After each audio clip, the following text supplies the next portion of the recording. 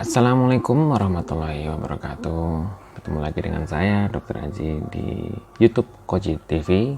Kali ini di segmen Indahnya Islam. Kali ini kita masih membacakan dari buku Syekh Ali Jaber dengan judul buku Amalan Ringan Paling Menakjubkan. Bab selanjutnya adalah The Power of Doa yang kedua. Jadi waktu, tempat, dan cara agar doa kita dikabulkan oleh Allah Subhanahu wa taala. Mau tahu isi bagaimana? Saksikan setelah yang satu ini.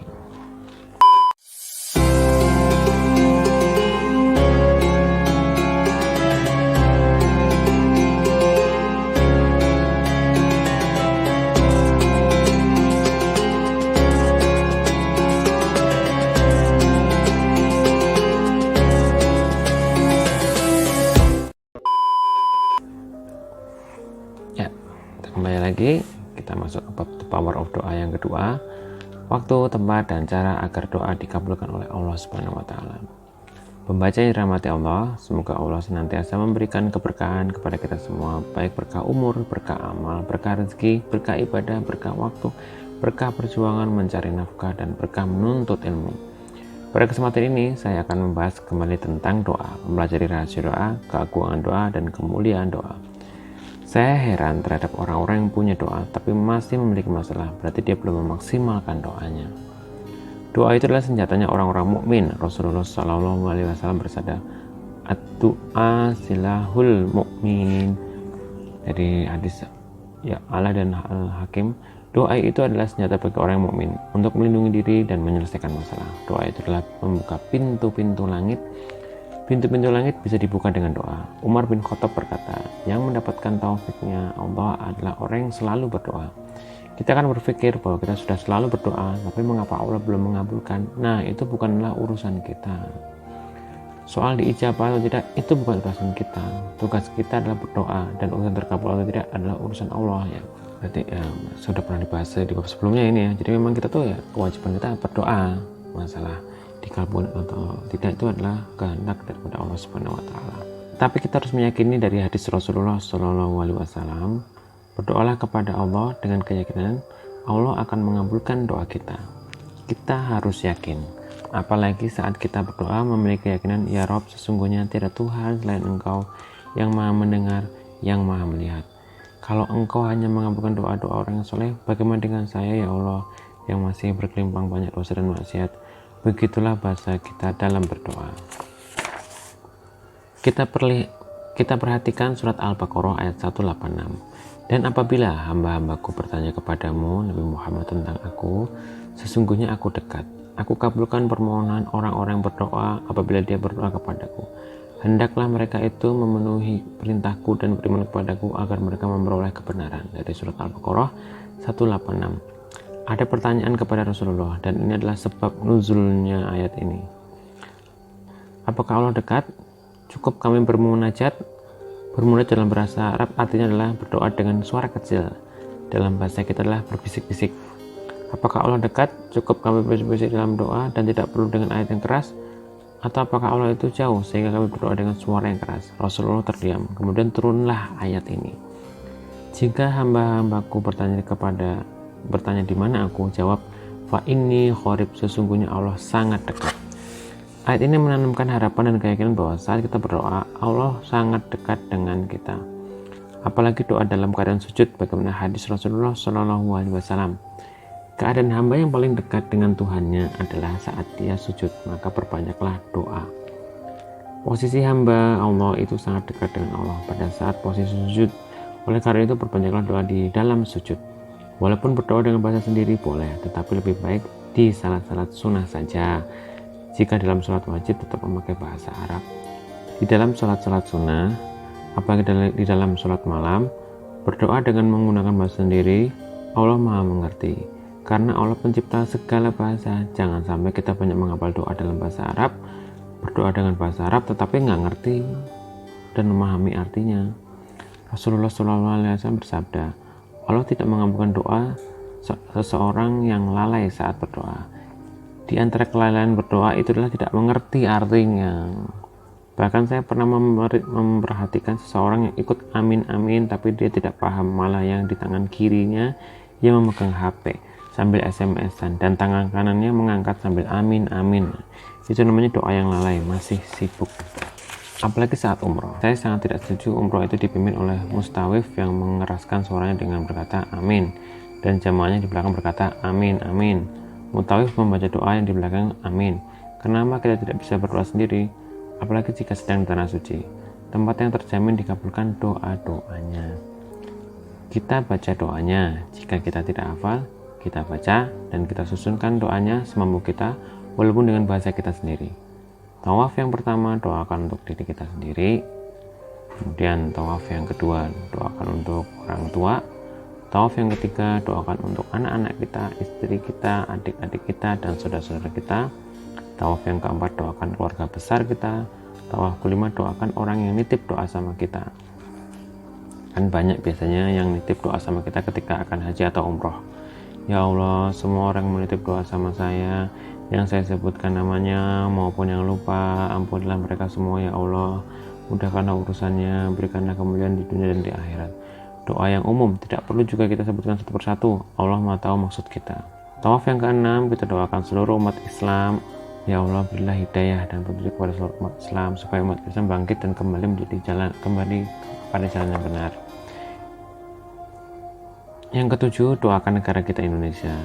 Negara kita sedang sakit, sedang kesulitan ekonomi, krisis akhlak dan moral, dan banyak masalah lainnya. Kalau kita tidak mendoakan, berarti kita tidak peduli pada negara kita. Mendoakan negara kita adalah bukan sunnah, malah wajib hukumnya, apalagi negara kita kondisinya sedang sakit. Kita doakan negara kita. Kelebihan jika kita susun doa seperti ini, insya Allah kita tidak akan salah hitung tawaf. Pada saat sa'i di Safa dan Marwah juga sama.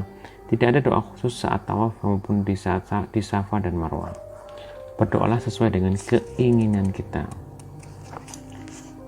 Boleh kita nitip doa kepada orang yang soleh, tapi jauh lebih tahu hajat kita adalah diri kita sendiri. Padahal kebahagiaan dan keselamatan itu sudah ada di tangan kita, di hati kita, tapi kita maunya yang jauh.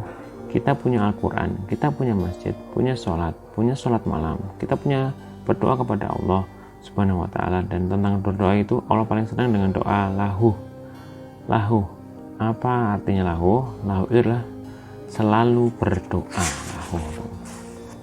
Jadi ia tidak pernah berpikir doanya dikabulkan atau tidak, karena itu bukan tugas dan urusannya, tapi ia selalu berdoa. Setiap waktu dia berdoa, sholat hajat berdoa, sholat sujud berdoa. Di antara azan dan iqomat ia berdoa, dan itu adalah waktu yang mustajab. Dari Anas bin Malik, Rasulullah Shallallahu Alaihi Wasallam bersabda, doa tidak akan ditolak di antara azan dan iqomah, apalagi di hari Jumat.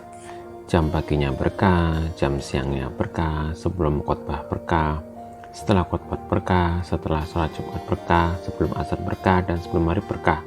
Malah di hari Jumat ada yang dikatakan dengan ulama dengan sa'ah ijabah.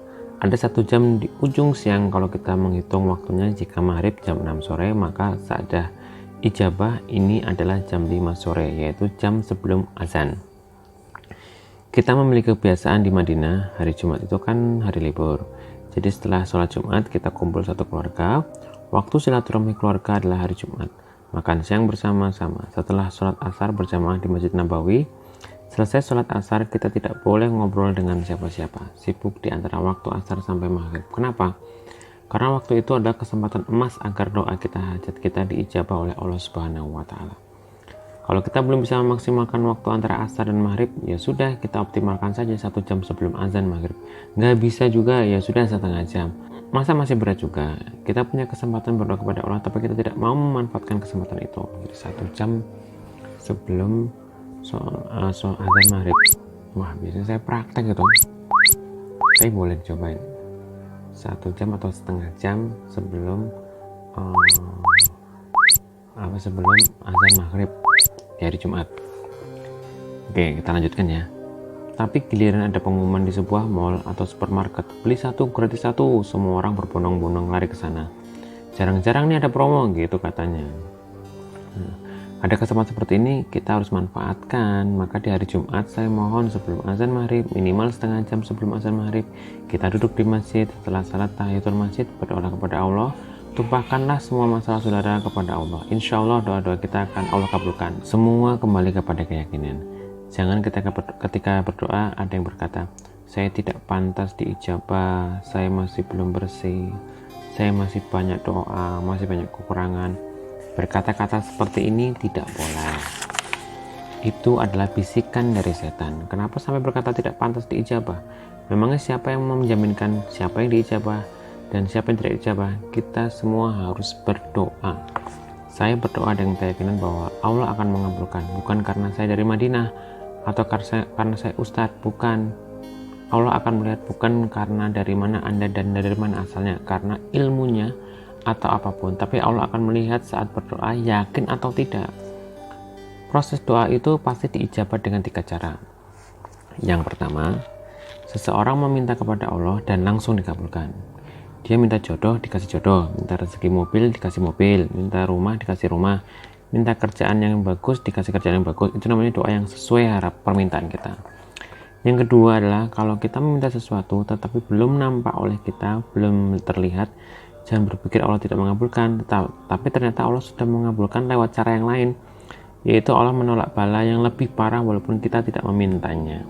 Dalam takdir Allah terjadi kecelakaan motor, tapi dia tidak minta ya Allah jangan terjadi kecelakaan motor, dia mintanya jodoh. Nah, maka Allah menghindarkan dia dari kecelakaan motor dalam takdirnya, karena dia selalu berdoa. Ternyata Allah dikabulkan dengan cara yang lain, yaitu Allah menjauhkan dari takdir buruk.